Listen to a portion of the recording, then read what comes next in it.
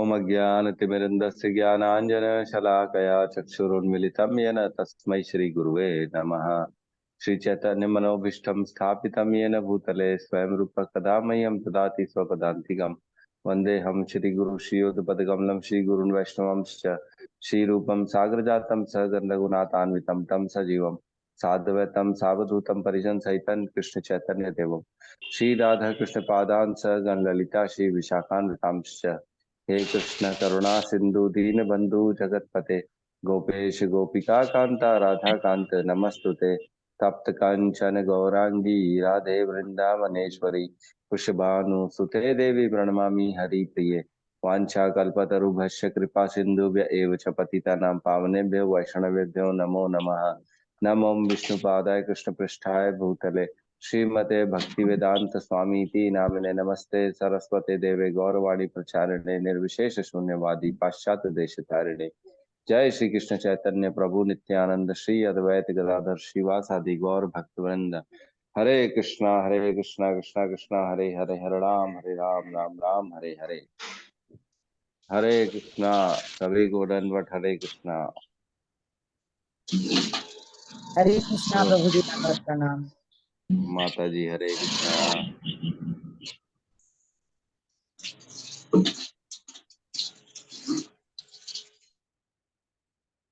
ठीक है, तो आज हमारे भक्तों की तादाद कम हो गई है, क्या बात है। काफी सारे भक्त गायब हुए हैं। आज कुछ ओकेजन है क्या? आज कुछ प्रोग्राम तो नहीं है? नहीं नहीं। ठीक है, ठीक है। तो अपन ने कल देखा, हम पढ़ रहे थे 11वें अध्याय में 26 27 कल हमने किया। और मैंने बताया था कि आपको 26 से लेके 30 तक, जो ये 26 27 28 29 30 5 श्लोक जो है, ये फ्यूचर ऑफ वॉर है। जो इन लोगों का युद्ध चल रहा है, इस समय भविष्य क्या होगा ये देख लेते हैं अर्जुन। तो अर्जुन को एक चीज समझ जाइए कि सब पहले से ही पता था कि क्या होने वाला है। उसने सबकी मृत्यु देख लिया, तो ऑब्वियसली अपने पुत्र की भी मृत्यु उसने देख ही ली होगी, है ना। जो उसका पुत्र था अभिमन्यु, जो मारा गया, तो भी रो रहा था अर्जुन और प्रतिज्ञा ली थी कि मैं अब जयद्रथ को छोड़ूंगा नहीं, अगले ही दिन मार दूंगा। तो उसने जयद्रथ को भी देख लिया था मरते हुए। ठीक है, तो ये थोड़ा सा देखो, गहराई में जाएंगे ना तो हर चीज समझ में आने लगेगी कि ये सारा का कुछ ना प्री डिसाइडेड हो गया था, पहले से ही निश्चित था। बस कर्म और प्रयासों की देरी थी। कर्म और प्रयास अगर अर्जुन नहीं करता तो वो उसका क्रेडिट नहीं ले पाता, है ना। जैसे आज हम कर्म और प्रयास करते हैं, तो जो पहले से ही निश्चित है हमारे भाग्य में आने वाली चीज, वो हमको प्राप्त होती है।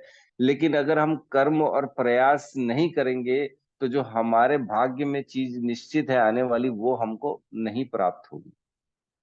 तो ऐसा नहीं है कि सब निश्चित है तो बिना कर्म किए ही हमको वो मिल जाएगा, ऐसा कुछ भी नहीं है।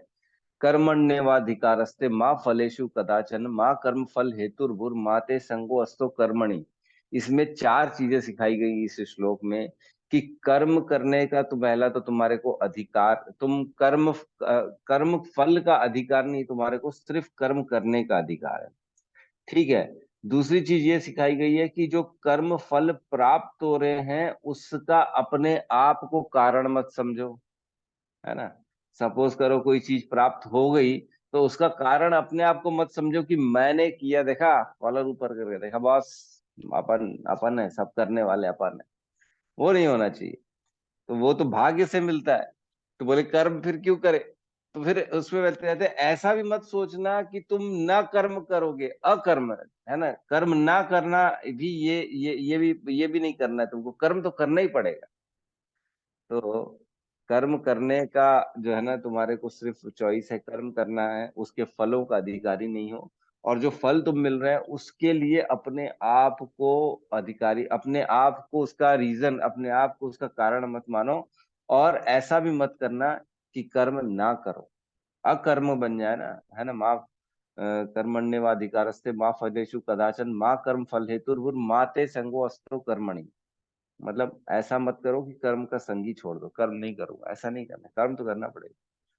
तो वही यहाँ पे बता रहे हैं कि कर्म तो करोगे अर्जुन, तब जाके तुमको ये सारे चीजों का मैं क्रेडिट दूंगा। भगवान उत्तरदायी, देखो सब निश्चित है।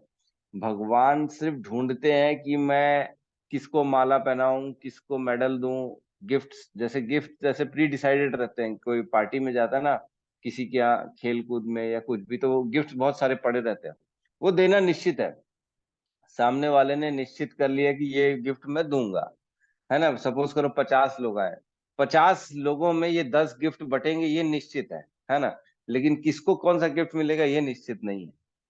ये निश्चित कब होगा? जब वो प्रयास करेगा, जब वो कर्म करेगा, जब वो उत्तर देगा, तब उसको गिफ्ट मिलेंगे। नहीं उत्तर देगा तो किसको मिलेगा? किसी और को मिल जाएंगे। तो वैसे ही भगवान ने मृत्यु सबकी निश्चित कर दी है, लेकिन अर्जुन अगर प्रयास नहीं करेगा तो किसी और को मिल जाएगा उसका क्रेडिट, है ना। तो ऐसे ही है हमारे प्रारब्ध भी, हमारे प्रारब्ध भी निश्चित है, लेकिन प्रयास नहीं करेंगे तो नहीं मिलेंगे। प्रयास करना पड़ेगा, है ना। तीसरे अध्याय में भगवान ने यही सब चीजें तो खोल खोल के बताया कि सारे प्रयास करो, तुम कर्म करो। कोई भी शरीर को जीवित रखने के लिए कर्म करना जिस प्रकार जरूरी होता है, शरीर जो है ना, पहला कौन सा श्लोक है?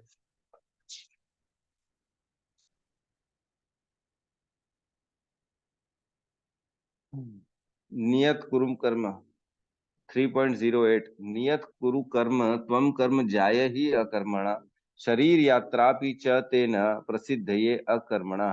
कर्म के बिना तो शरीर निर्वाह भी नहीं हो सकता। शरीर निर्वाह के लिए भी कर्म करना पड़ेगा। जो चाहते हैं मैं तो सब छोड़ के भग जाऊंगा, हिमालय चले जाऊंगा, ये चले जाऊंगा, वो चले जाऊंगा, फिर वहां कर्मों में फिर लिप्त हो जाते हैं। जैसे हमारे इंद्रदुम्न महाराज, नहीं इंद्रदुम्न नहीं, जड़ जड़ भरत महाराज, सब छोड़ के चले गए जंगल में, लेकिन वहां पे भी फिर कर्मों में फंस गए, आसक्ति में हिरण की फंस गए।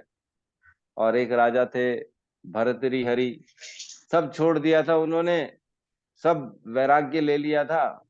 फिर एक बार गंगा तट पे नहाने गए, तो उसके और भांजा, उनका भांजा, दोनों ने अपना अपना टंगाया हुआ था बैग। तो भांजे ने उनका बैग हटा के अपना बैग टंगा दिया था। तो उस पे उनका फिर आपस में लड़ाई हो गई कि बोले तुमने मेरा हटाया क्यों? बोले अरे अब मैंने हटा दिया, अपना टंगाना था इसलिए हटा दिया, मेरे को क्या मालूम किसका था करके। तो आपस में उनका बाता बाती हो गई। फिर एक वहां से बूढ़ी औरत निकलती है, बोलती तुम दोनों से तो अच्छे हमारे राजा थे जो वैरागी हो गए और जिन्होंने जंगल चले गए। तो फिर दिमाग ठनका रहे, बोले मैं क्या कर रहा हूँ, फिर कर्म में फंस रहा हूँ। वैसे ही हमारे साथ भी होता है। हम वैसे ही भक्ति में आगे बढ़ते हैं, अपने आसक्ति राग द्वेष को छोड़ने के लिए, है ना। छोड़ते हैं और आगे बढ़ते हैं भक्ति में। फिर जब यूज टू हो जाते हैं, फिर धीरे धीरे देखते तो उसी में फंस रहे हैं। अब वहां पे आके, वहां पे अपने कर्मों में फंस रहे हैं, वहां आके भक्तों के साथ राग द्वेष चालू हो जाता है कि अरे मेरे साथ इसने ऐसे कैसे बात कर ली, अरे ये तो जूनियर है, अरे ये तो ऐसा है, ये रे मेरे को नहीं बुलाया, अरे मेरे को नहीं बोला, अरे इनविटेशन नहीं दिया, मेरे साथ ऐसा कर दिया, मेरे को तो बात बताई नहीं। तो ये सब से ना दूर रहना चाहिए, द्वेष इन सब से ना अपने आप को सेपरेट रखना चाहिए। तभी भक्ति में आगे बढ़ पाओगे, बढ़ पाएंगे। आई शुड से मैं भी उसी प्रयास में हूँ कि बढ़ पाएंगे, नहीं तो बढ़ नहीं पाएंगे हम, है ना। हमेशा ऑलवेज अपने को एक दीनहीन वाली स्थिति में रखना चाहिए। अरे नहीं नहीं, मेरी मेरी स्थिति तो बहुत नीचे है, मैं तो बहुत नीचे हूँ। यस राहुल प्रभु जी कुछ कहना चाहते हैं? हरे कृष्ण प्रभु जी, धन्यवाद प्रणाम। प्रभु जी जैसे हरे भक्त कृष्णा। जी, प्रभु जी योग या भक्ति जो भी करते हैं तो वो भी कर्म ही कहलाता है ना हमारे। हाँ, कर्म के बिना भक्ति कैसे होगी, बिल्कुल सही है। जी जी प्रभु जी, वही पूछ रहा था। कर्म भक्ति, देखो मन कर्म आगे पढ़ेंगे हम 18वें अध्याय में। 3 तरह से कर्म, 5 वैसे तो कर्म के 5 सिद्धांत है, वो सिद्धांतों से कर्म बनता है। बाकी कर्म जो करना है ना, वो 3 तरह से, 3 तरीके से, मनसा वाचा कर्मणा। मन में सोचा हुआ अच्छा सोचोगे किसी के लिए, किसी को आशीर्वाद दोगे मन ही मन, किसी के लिए, है ना, द्वेष की भावना रखोगे, किसी का अहित सोचोगे, इसका बुरा हो जाए, बेड़ा गर्क हो जाए, इसका ये हो जाए, वो हो जाए। ये हो गया मन में किया हुआ। वाचा मतलब बोल के गाली दे दी, यार तेरी ऐसे, अरे मेरे से बहस करता है, तेरी ये तेरी वो तेरी माँ, सब आज की डेट में जो होता है वो कर दिए। फिर उसके बाद जो है ना कर्मणा, किसी से हाथ से पिटाई कर दिए, लठ उठा के मार दिए, टांग तोड़ दिए, 3 तरीके से कर्म होता है। तो मन का जो है ना किया हुआ सोचा हुआ, वो कलयुग में उसका कुछ नहीं मिलता। आप उसका गंदा अगर किसी का सोच लिए हो तो भी आपको कोई प्रॉब्लम नहीं है, अहित नहीं होगा, आपको उसका कर्म का बंधन नहीं लगेगा, आपके ऊपर पाप नहीं चढ़ेगा, क्योंकि कलयुग है। कलयुग का ये गुण है कि मन में किया हुआ कार्य उसका कोई भी फल नहीं मिलता। लेकिन सोचो मन में अच्छा अच्छा सोचोगे ना, जैसे भगवान के लिए मन में सोच लिए कि हे भगवान, मैं आज जो है ना भगवत गीता की क्लास अटेंड करूंगा, और मन में सोच लिए कि ये प्रभु फूल कितना अच्छा सुंदर गार्डन में दिख रहा है, ये काश मैं भगवान को अर्पित कर पाता, उसका फल मिल जाता है। लेकिन सिर्फ सोचने मात्र से जो है ना अच्छे कर्म भगवान की भक्ति मिल जाती है, लेकिन बुरे कर्म का फल नहीं मिलता, क्योंकि मालूम है ये कलयुग है। ये लेकिन सतयुग द्वापर द्वापर त्रेता होता है, और उसमें आप गंदा किसी को सोचते ना तो उसका भी फल मिलता है। सोच लिया किसी के लिए, किसी माता जी को देख के, अरे वाह वाह क्या सुंदर है, ये है वो है फलाना ढिकाना है, तो उतने में ही आपको फिर उसका पाप चढ़ जाएगा, सिर्फ सोचने मात्र से। सोचो कितनी खतरनाक स्थिति होती है। हम लोग अगर सतयुग द्वापर त्रेता में पैदा होते तो क्या होता हमारा पता नहीं क्यों करोड़ों करोड़ों साल नरकों में पड़े रहते, इतनी गंदी सोच, इतने गंदे विचार, बाप रे बाप। ठीक है, तो प्रवेश करते हैं हम अपनी भगवत गीता की क्लास में 28 नंबर और 29 नंबर, ये दोनों को एक साथ पढ़ेंगे हम, तो उसके बाद चर्चा करेंगे इन दोनों पे हम। ठीक है, 28 नंबर 11.28। यथा नदीनां बहवो अम्बुवेगा यथा यथा नदीनां नदीनां बहवोऽम्बुवेगाः बहवोऽम्बुवेगाः समुद्रमेव अभिसुखा द्रवन्ति समुद्रमेव समुद्रमेव अभिमुखा अभिमुखा द्रवन्ति द्रवन्ति तथा तवामि नरलोकवीरा तथा तवामि नरलोकवीरा नरलोकवीरा विशन्ति वक्त्राण्य अभिविज्वलन्ति विशन्ति विशन्ति वस्त्राणि वक्त्राणि अभिविज्वलन्ति अभिविज्वलन्ति यथा नदीनां बहवो अम्बुवेगा यथा यथा नदीनां नदीनामम्बुवेगाः समुद्रमेव अभिमुखा प्रद्रवन्ति समुद्रमेव समुद्रमेव अभिमुखा अभिमुखा द्रवन्ति द्रवन्ति तथा तवामि नरलोकवीरा तथा तथा तवामि तवामि नरलोकवीरा नरलोकवीरा विशन्ति वक्त्राण्यभिविचलन्ति विशन्ति सन्ति वस्त्राणि वक्त्राणि अभिविज्वलन्ति अभिविचलन्ति यथा नदीनां बहवो अम्बुवेगा यथा नदीनां नदीनाम बहवो बहवोऽम्बुवेगाः वेगा समुद्रमेवाभिमुखा द्रवन्ति समुद्रमेव समुद्रमेवाभिमुखा अभिमुखा द्रवन्ति सन्ति तथा तवामि नरलोकवीरा तथा तथा तवामि तवामि नरलोकवीरा नरलोकवीरा विशन्ति वक्त्राण्यभिविचलन्ति विशन्ति विशन्ति वस्त्राणि अभिविज्वलन्ति वक्त्राणि अनुवाद। जिस प्रकार नदियों के की अनेक तरंगे समुद्र में प्रवेश करती हैं, उसी प्रकार ये समस्त महान योद्धा भी आपके प्रज्वलित मुखों में प्रवेश कर रहे हैं। है ना, महान योद्धा मतलब जो जो पिछले श्लोकों में चर्चा की गई ना, पिछले श्लोक में क्या चर्चा की गई है धृतराष्ट्र के सारे पुत्र अपने समस्त सहायकों राजाओं सहित तथा भीष्म द्रोण कर्ण एवं हमारे प्रमुख योद्धा भी आपके विकराल मुख में प्रवेश कर रहे हैं। उनमें से कुछ के शिरों को तो मैं आपके दांतों के बीच चूर्णित होता हुआ देख रहा हूँ। तो खुद के भी सैनिक और सामने वाले के भी सारे सैनिक, जिसमें भीष्म, द्रोण और सारे पुत्र हैं धृतराष्ट्र के, इस प्रकार वो सारे ये योद्धा जो हैं, इनके बारे में चर्चा चल रही है ना।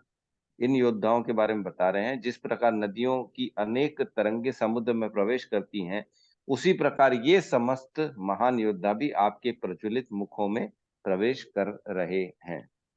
ठीक है, तो हम नेक्स्ट श्लोक को पढ़ते हैं, फिर दोनों में चर्चा करते हैं। ठीक है।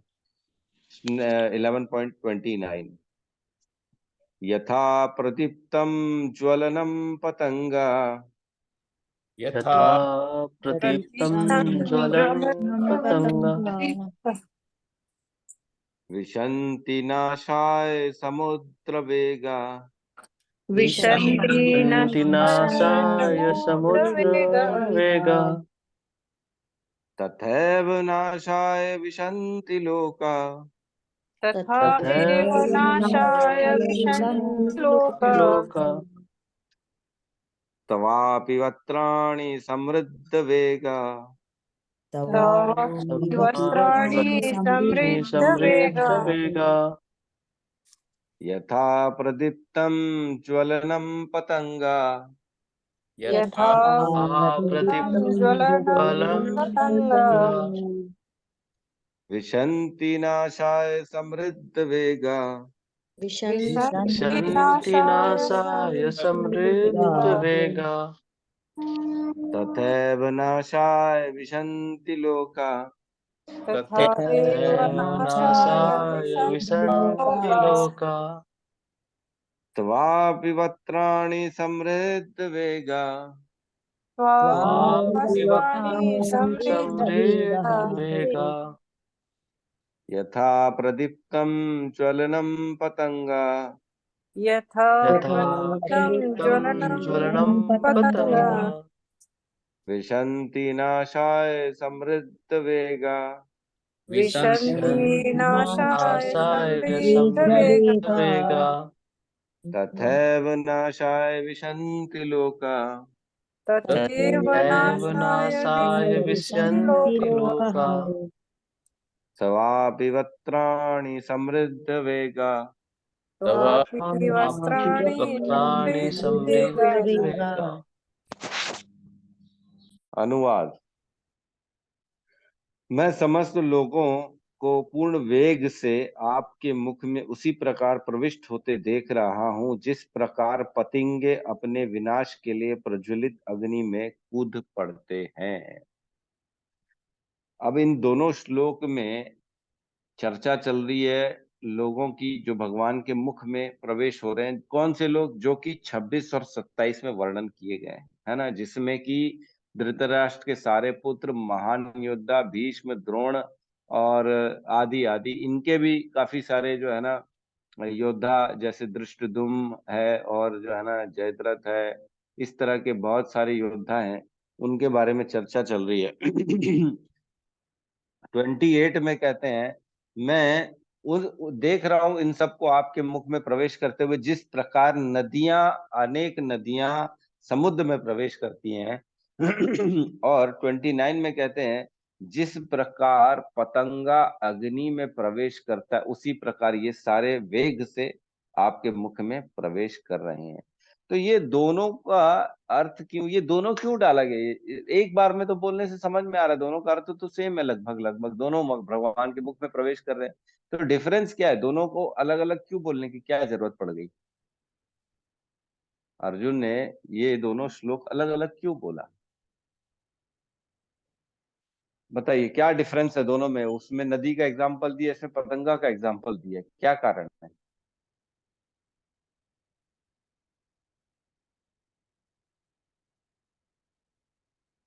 हरे कृष्ण प्रभु जी, दंडवत प्रणाम।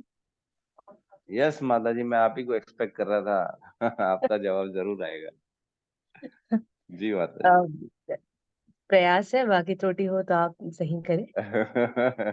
बताइए। जो नदी का एग्जाम्पल दिया गया है कि जिस प्रकार से नदियां समुद्र में प्रवेश करती हैं, तो इसमें ये बताने का प्रयास किया गया है कि जिनकी इच्छा नहीं है, जो लोग युद्ध करने आए हैं, वे लोग भी युद्ध करेंगे, उनका भी अंत यही होना है।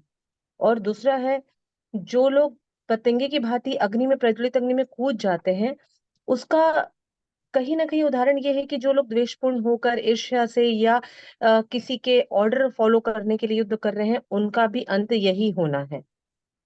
इसलिए शायद अर्जुन ने ये दोनों एग्जाम्पल अलग अलग इसमें दिए हैं कि जिनकी इच्छा हाँ है वो भी, उनका भी अंत यही होगा, और जिनकी इच्छा नहीं है या जो द्वेषपूर्ण है, ईर्ष्यापूर्ण है, उनका भी अंत यही होना है। हाँ, मतलब काफी हद तक जो है ना आपका एकदम ठीक है। पर आंसर मैं नहीं बताता, एक बार और लोगों से पूछ लेते हैं क्या है। ठीक। हरे ठीक कृष्ण है, प्रभु। गौतम प्रभु जी। अरे गौतम प्रभु जय बताइए। कृष्ण प्रभु जी, धन्यवाद प्रभु। प्रभु जी, जैसे पतंगे जो होते हैं वो आग को देख के मतलब उसके ओर आकर्षण हो जाते हैं कि क्या है कैसे करके, तो वो अपनी इच्छा मतलब जानबूझ के होता है कि वो चले जाते हैं और वो जल जाता है। और दूसरा जो है प्रभु जी, जिस तरह नदियों में अनेक तरंग है, तो प्रभु जी इसमें इच्छा शक्ति होगा, मतलब एक जो युद्ध करने जैसे यहाँ पे आए होंगे बड़े बड़े, जैसे यहाँ पे हैं सारे, तो वो कुछ लोग ऐसे भी हैं जो मतलब जानबूझ के या ऐसा बोल सकते हैं खुद की इच्छा हाँ से। बिल्कुल सही है, ये भी सही है, बिल्कुल सही कहा आपने, बिल्कुल गलत नहीं है, एकदम सही है। यस, ठीक कह रहे हैं आप। ठीक है, तो और भी हमारे श्री राम प्रभु जी हैं, इनसे भी पूछ लेते हैं। बताइए श्री राम प्रभु जी, क्या कहा। हरे कृष्णा प्रभु जी। यस प्रभु जी, हरे कृष्णा। प्रभु जी, ये पहले में नदी का एग्जाम्पल इसलिए दिया गया है क्योंकि कहीं ना कहीं उस युद्ध में जितने लोग जो पार्टिसिपेट कर रहे हैं, तो कुछ भगवान को मानने वाले भी हैं, जैसे कि गुरु द्रोण और भीष्म पितामह, जो भगवान को सचमुच भगवान मानते हैं, लेकिन वो अधर्म का साथ दे रहे हैं। इस वजह से वो कहीं ना कहीं वापस गॉड हेड को चले जाएंगे या मोक्ष को चले जाएंगे। और दूसरी चीज में पतंगे का इसलिए एग्जाम्पल दिया जा रहा है क्योंकि जो सचमुच अधर्मी है और वो अधर्म के साथ है, तो वो अधर्मी है, तो वो उनको मालूम है कि वो प्रज्वलित हो रहा है अग्नि, और उसमें वो समाहित होंगे तो उन उनका सर्वनाश हो जाएगा। तो कुछ हम्म। धर्म के साइड भी हैं, वो भी अल्टीमेटली भगवान की ही ओर जाना है, लेकिन वो गॉड हेड को प्राप्त करेंगे, और जो अधर्म के साइड हैं वो उनका भगवान सर्वनाश कर देंगे। ठीक है, ये भी ठीक है। और कोई, कौन बनेगा करोड़पति, कोई नहीं है क्या? है, थोड़ा अपना अपना देना चाहिए। मेरा मत ये है। अब ठीक है, मत कुछ भी हो सकता है, उसमें क्या दिक्कत है। इवन अर्जुन ने भी कहा है कई बार, मेरा मत है प्रभु जी, आप तो ऐसे हो, तो आपको भी मत तो देना चाहिए अपना, है ना। चलो कोई बात नहीं, ठीक है। तो सबने सही कहा। बेसिकली माता जी और गौतम प्रभु का आंसर ज्यादा करेक्ट था। श्री राम प्रभु ने भी वैसे ठीक कहा। लेकिन इसमें ना एक चीज समझने की, जो नदी बहती है और समुद्र से मिलती है, तो वो नोइंगली और अननोइंगली, ऐसा जानबूझ के बह के नदी ही टारगेट है मेरा, अरे ढूंढती है नदी जाके समुद्र में, ऐसा नहीं है। उसका स्वाभाविक है, उसको वो बहती चली जाएगी, उसको कोई फर्क नहीं पड़ता सामने क्या आने वाला है। नदी को कोई मालूम नहीं रहता मेरा टारगेट क्या है, उसको मिलना ही है। तो ऐसे लोग भी हैं जो बेचारे सिर्फ और सिर्फ युद्ध के लिए युद्ध कर रहे हैं, उनको कोई मतलब नहीं है जीत से, धर्म से, अधर्म से, किसी से कोई लेना देना नहीं। वो लड़ रहे हैं तो लड़ रहे हैं, उनको नोइंगली अननोइंगली लड़ रहे हैं। लेकिन यहाँ पे पतंगा जो है प्रवेश करता है अग्नि में, वो स्वयं की इंद्रिय तृप्ति के लिए प्रवेश करता है ना। हमने चर्चा की थी 5 प्रकार की इंद्रियां होती हैं, जिसमें आंख, नाक, कान, जीवा, स्किन, है ना। और यही तो हो गई ना 5, आंख, नाक, कान, जीवा और स्किन। ठीक है, 5 तो हो गई। तो इनमें हमने देखा है पतंगा जो होता है ना, आंख का बहुत बड़ा एग्जाम्पल है। सिर्फ एक इंद्री के कारण वो अपनी जीवन खराब कर देता है। याद है कि नहीं? पढ़े अपन ने काफी बार, चौथे अध्याय में मेरे ख्याल से, छठवें में भी है, मन और इंद्रियों के बारे में चर्चाएं की गई हैं। इवन तीसरे में भी थोड़ा बहुत है मेरे ख्याल से इंद्रियों के बारे में, नहीं।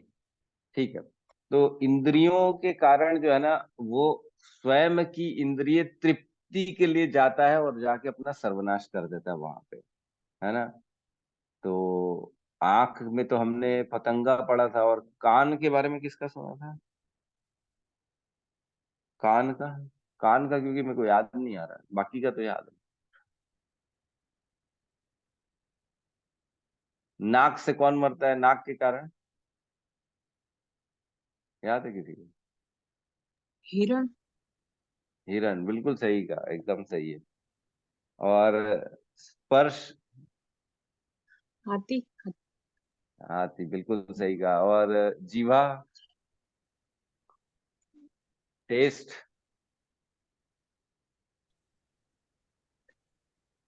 मेढक नहीं था।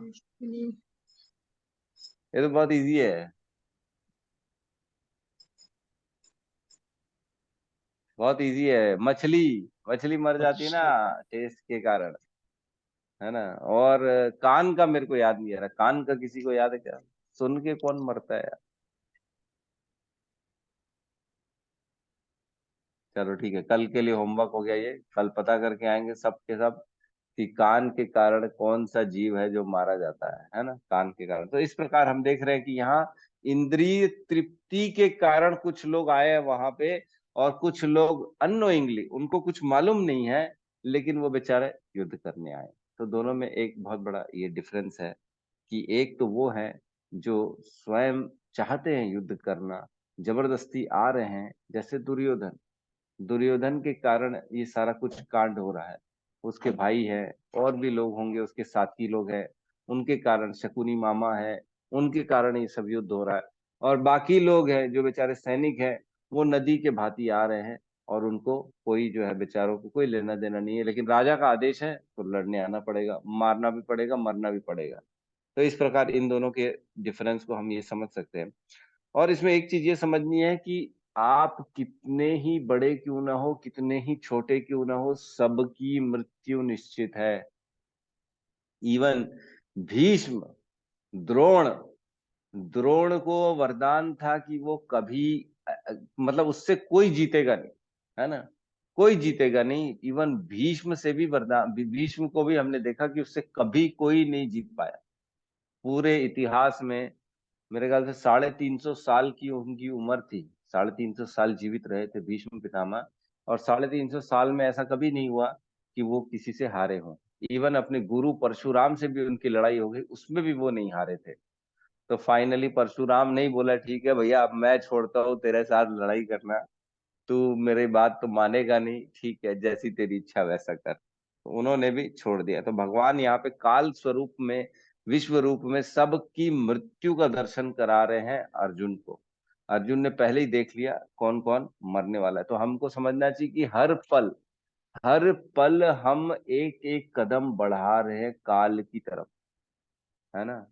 काल खड़ा हुआ है अपनी कुठार लिए इस संसार में, कब किसका नंबर आ जाए पता नहीं, लेकिन हर पल पल हम धीरे धीरे बढ़ रहे हैं मृत्यु की ओर।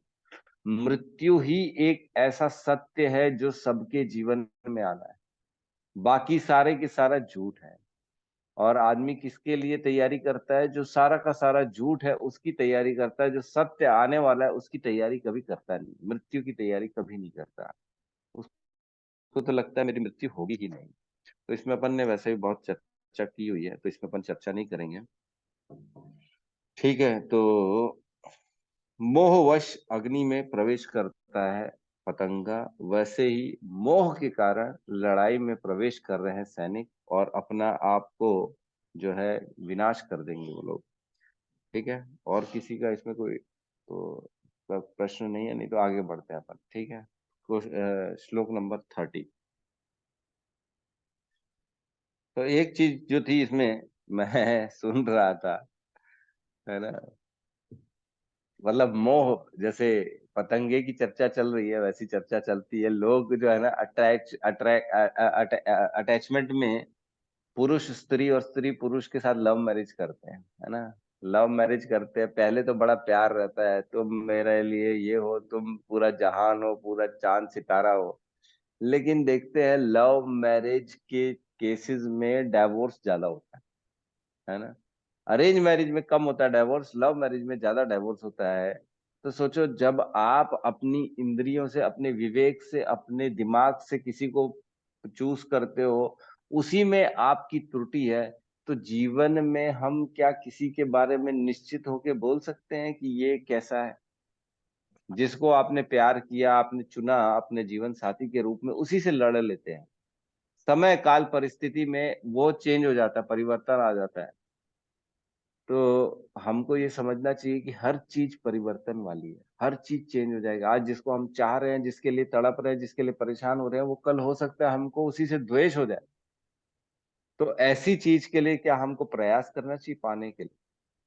हमको कौन सी चीज के लिए प्रयास करना चाहिए, ये हमको हमारे विवेक से सोचना चाहिए। आजकल के लड़के लड़कियां टीवी पिक्चर देख के पागल हो जाते हैं। वो सबको लगता है मेरे जीवन में भी एक बॉयफ्रेंड हो, एक गर्लफ्रेंड हो, ये हो वो हो, मैं भी ऐसा रहूं वैसा रहूं। ये लेकिन शाश्वत नहीं है, ये परमानेंट नहीं है, ये चेंज होने वाला है ना। भगवान वैसे ही कहते हैं अशाश्वतम दुखालयम। ये अशाश्वत है, ये सारी की सारी चीजें बदलने वाली है। तो आप जिसको आज अच्छा सोच रहे हो, वो इसी को आप कल बुरा भी सोचोगे, ये दिमाग में पहले ही डाल लो। ठीक है, तो हम श्लोक नंबर 30 में प्रवेश करते हैं। ललीहसे ग्रसमान समन्ता, लेली हसे लेलिहासे ग्रसमान समन्ता लोकान समग्नान वदेन ज्वलद्भिः, लोकान् सम्रान् वदने वदन् ज्वलद्भिः तेजोभिरापूर्य जगत् समग्रम्, तेजोभिरापूर्य जगत्समग्रम् भासस्तवोग्रा प्रपन्ति विष्णो, भासस्तवोग्रा प्रतपन्ति विष्णु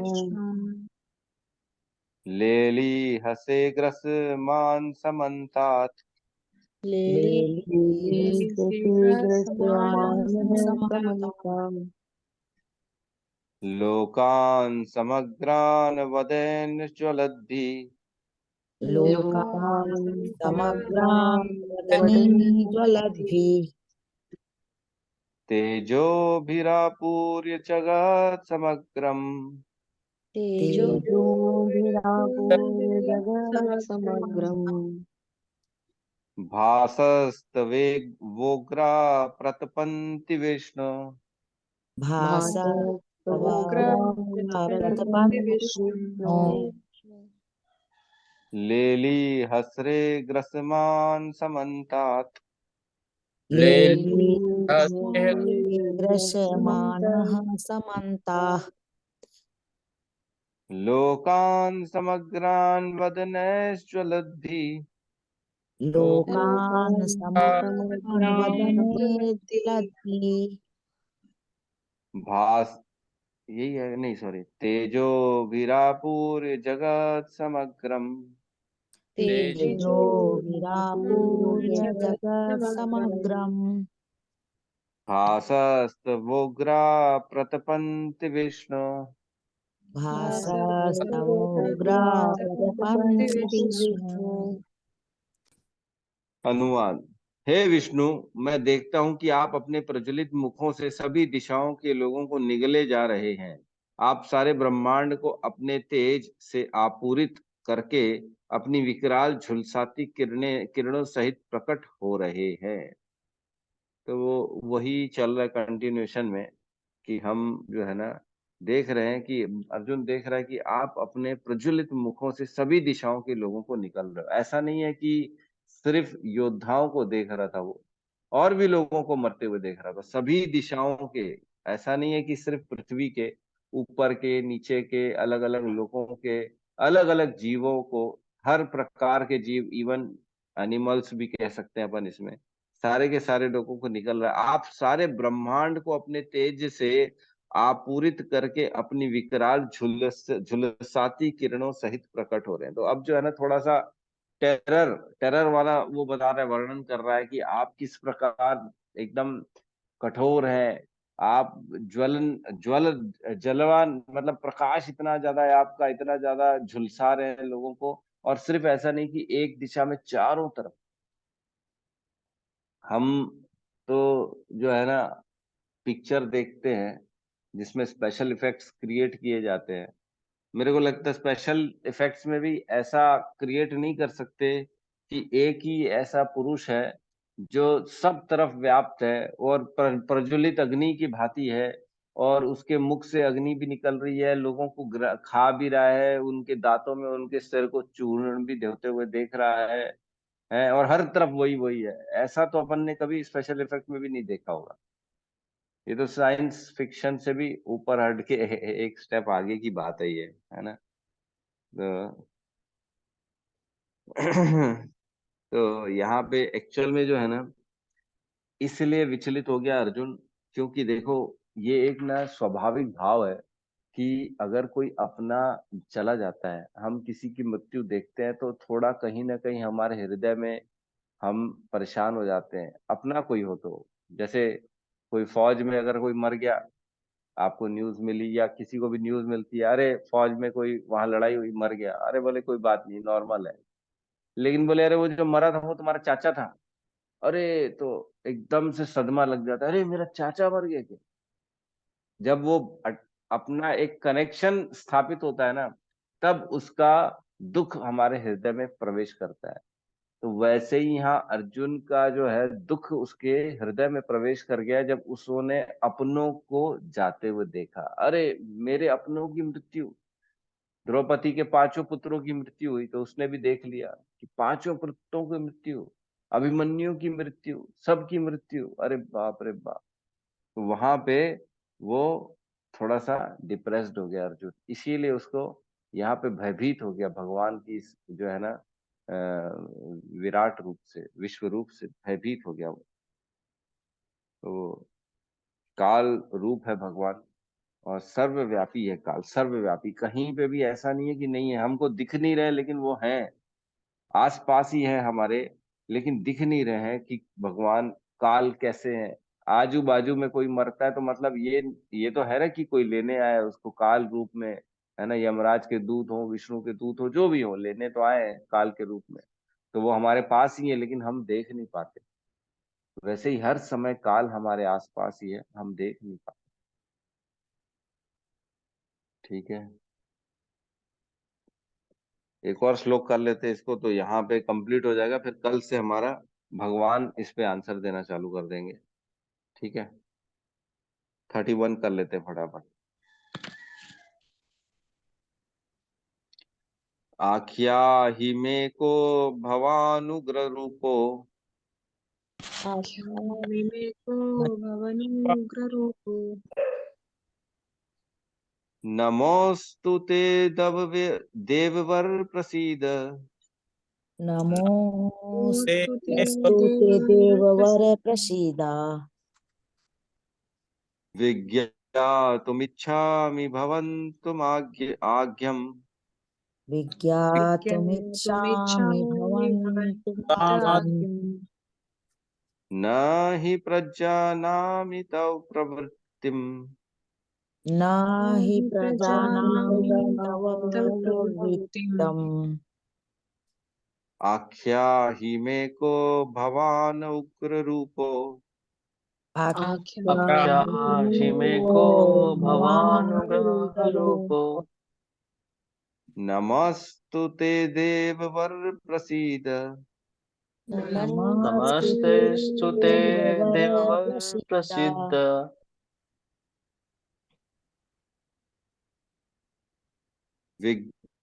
विज्ञातुमिच्छामि भवन्तमाज्ञम्, विज्ञातुमिच्छामि विज्ञातुमिच्छामि भवन्तमाद्यम् भवन्तमाद्यम्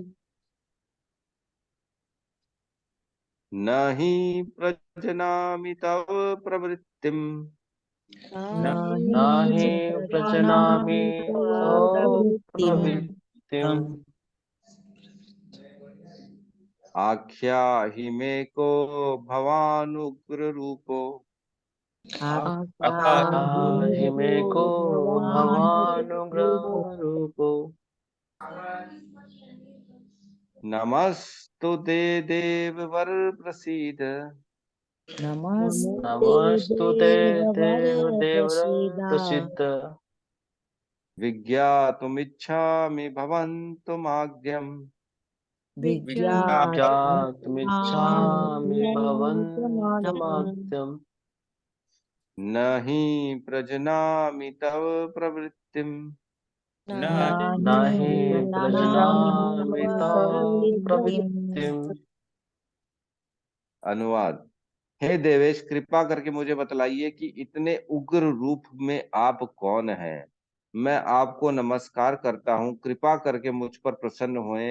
आप आदि भगवान हैं, मैं आपको जानना चाहता हूँ क्योंकि मैं नहीं जान पा रहा हूँ कि आपका प्रयोजन क्या है। तो देखो, अर्जुन अब फिर सरेंडर कर रहे हैं यहाँ पे कि मेरी बुद्धि जो है ना अब काम नहीं कर रही है। आपका इतना उग्र विराट रूप देख के मैं विचलित हो गया हूँ, मेरे को कुछ समझ में नहीं आ रहा है। क्योंकि हम अपनी बुद्धि से कोई भी निष्कर्ष निकाल लें, इवन देखने के बाद, वो भी भगवान के बारे में, तो वो गलत ही होगा, है ना। तो एक अपन ने बीच में पढ़ा था जिसमें एक उपनिषद में बोलते हैं, जो अपना सही मत रखता है कि मैं भगवान को जानता हूं, ऐसे ऐसे भगवान है, तो वो पूर्ण रूप से गलत है। उसमें लिखा था कि आप भगवान के बारे में सही मत कभी दे ही नहीं सकते, है ना। आप जो बोलता है कि मेरे को नहीं मालूम है भगवान कैसे है, वो उसका मत सही है। लेकिन जो बोलता है भगवान ऐसे है, उसका मत गलत है, वो नहीं जानता। तो यहाँ पे भगवान को फिर से सरेंडर कर रहे हैं अर्जुन, इतना कुछ देखने के बाद, कि हे भगवान, अब मेरी बुद्धि काम नहीं कर रही है, आप कृपा करके मुझ पर प्रसन्न होएं और मैं आपको जानना चाहता हूँ। कैसे जानना चाहता हूँ? तत्व से जानना चाहता हूँ, है ना। चौथे अध्याय में कहता है, जन्म कर्म च मे दिव्यम एवं यो वेति तत्वतः।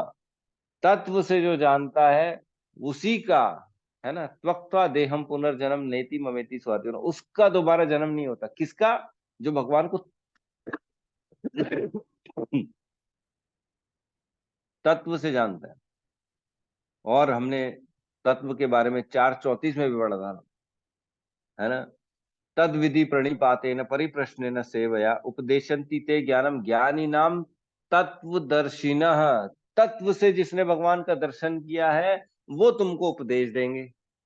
अब यहाँ पे वही तत्व की बात चल रही है कि अर्जुन बोल रहा है मेरे को वो तत्व जानना है जिससे मैं आपको जान सकूं, है ना। तो ये बड़ा इंपॉर्टेंट है यहाँ पे कि भगवान को जानना बहुत मुश्किल है, इजी नहीं है। तत्व से जानना भगवान के बारे में, तो बोलना तो बड़ा आसान है, कुछ भी बोल दो, लेकिन जानना बड़ा मुश्किल है तत्व से, वो भी। तो यहाँ पे तत्व की बात चल रही है। अब भगवान बोल रहे हैं कि मैं आपको जानना चाहता हूँ क्योंकि मैं नहीं जान पा रहा हूँ कि आपका प्रयोजन क्या, आपका बेसिकली टारगेट क्या, आप ये सब क्यों करा रहे हो जब आपके हाथ में सब कुछ है ना। आप ही सब चीज कर रहे हो, प्री डिसाइडेड है, आपने मार भी दिया, आपने ये भी कर दिया, वो कर दिया। अब आपका प्रयोजन क्या है मैं समझ नहीं पा रहा हूँ, आप क्यों करा रहे हो ये सब, है ना। कई बार होता है हमारे घर में भी, ऐसे होता है ना। बच्चों को जैसे बोला जाता है, बच्चे जाओ आप ये काम करके आओ, छोटा सा कोई काम होता है, मालूम है पापा के फोन करने से काम हो जाएगा, तो भी मेरे को भेज रहे हैं। पापा अगर सिर्फ फोन कर देंगे वहां पे तो भी काम हो जाएगा, लेकिन फिर भी पापा भेजते हैं कि बेटा जाओ ये काम करके आओ। क्यों भेजते हैं? वो समझ नहीं पाता है, वो बोलता है पापा मेरे को क्यों भेज रहे हैं। वो तो ऐसे ही हो सकता है, उसको समझ में नहीं आता है। लेकिन पापा को मालूम है मैं भेजूंगा बच्चे को तो वो कुछ सीखेगा, वहां जाएगा तो खुद एक्सपीरियंस करेगा सब चीजों को।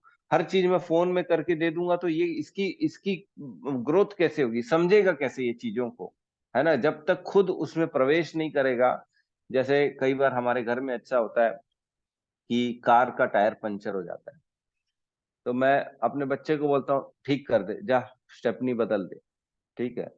तो मेरे घर डेली सवेरे कार साफ करने वाला लड़का आता भी है, मैं उसको नहीं बोलता हूँ, मैं अपने बेटे को बोलता हूँ कि तू जाके चेंज कर। क्यों?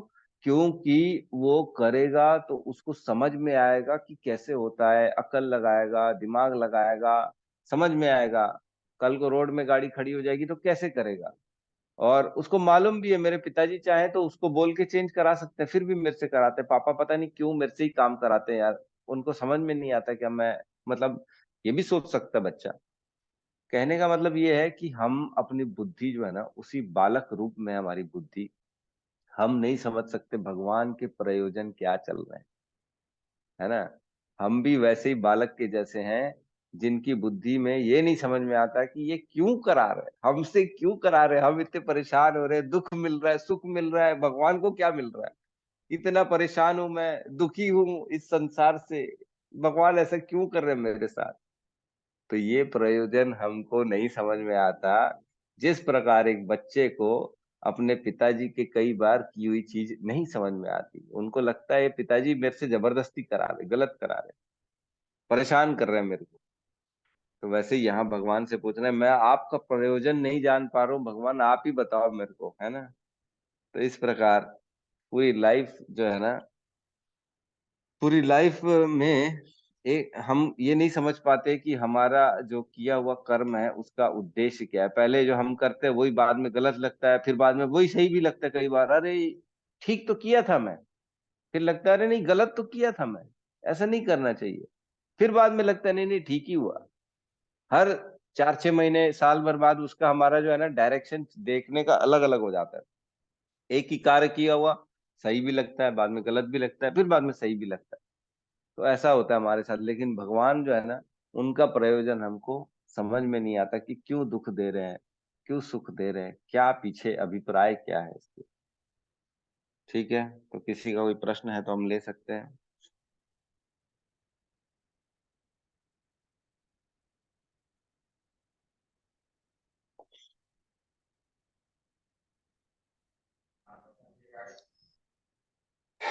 हरे कृष्ण प्रभु जी, दंडवत प्रणाम। जी प्रभु जी, हरे कृष्णा। प्रभु जी, जैसे भगवान अर्जुन को भविष्य क्यों दिखा रहे होंगे अभी, मतलब सब मर रहे हैं ये कर रहे हैं करके, उनके खा मतलब प्रयोजन क्या है, मतलब भविष्य दिखाने का मतलब तो वही तो अर्जुन का ही क्वेश्चन है कि आपका प्रयोजन क्या, मैं जानना चाहता हूँ। आपका भी वही क्वेश्चन है, तो जी आंसर आ जाएगा ना कल परसों में। जब जब जब भगवान आंसर देना चालू करेंगे तो आपको भी मिल जाएगा आंसर, जी प्रभु जी। है ना। जी जी कल पढ़ के आइएगा, आपको आंसर मिल जाएगा कल के श्लोकों में या तो। ठीक है, जी चर्चा तो हम करेंगे, वैसे भी कल करेंगे इस मुद्दे पे। तो जी अभी तक जो है ना भगवान ने सारा अपना विश्व रूप दिखाया, जिसमें बहुत ज्यादा डिस्कशन का पार्ट नहीं था, इसलिए फटाफट हमने 3-4 श्लोक करके कर लिए। कल से थोड़ा थोड़ा डिस्कशन चालू होगा। ये अध्याय तो जल्दी वैसे करना चाहिए अपने को, होना तो चाहिए जल्दी। 2-3 श्लोक करके ये अध्याय जल्दी कर लेंगे अपन। जी ठीक है, जी मिल जाएगा आपका भी आंसर प्रभु जी, कल मिल जाएगा। जी जी प्रभु जी। ठीक है, तो यहाँ पे हम आज के सेशन को विराम देते हैं, और किसी का कोई प्रश्न नहीं है, बहुत अच्छी बात है। कल फिर दोबारा मुलाकात करते हैं। थोड़ा सा पढ़ के आइएगा तो और अच्छा रहेगा आप लोगों के लिए भी, मेरे लिए भी। ठीक है, कई बार जैसे मेरे को भी नहीं मालूम होता, और कल के लिए होमवर्क है वो कान वाली इंद्रियों में कौन अपना जो है ना जीवन खत्म कर देता है, वो भी पढ़ के आइएगा। हरे हरे कृष्ण प्रभु जी। हाँ, जी गैस लगा बोलो। के बोल रही हूँ प्रभु जी। क्या सांप सांप हो सकता है क्या? वो बीन सुन के आता है जो? नहीं।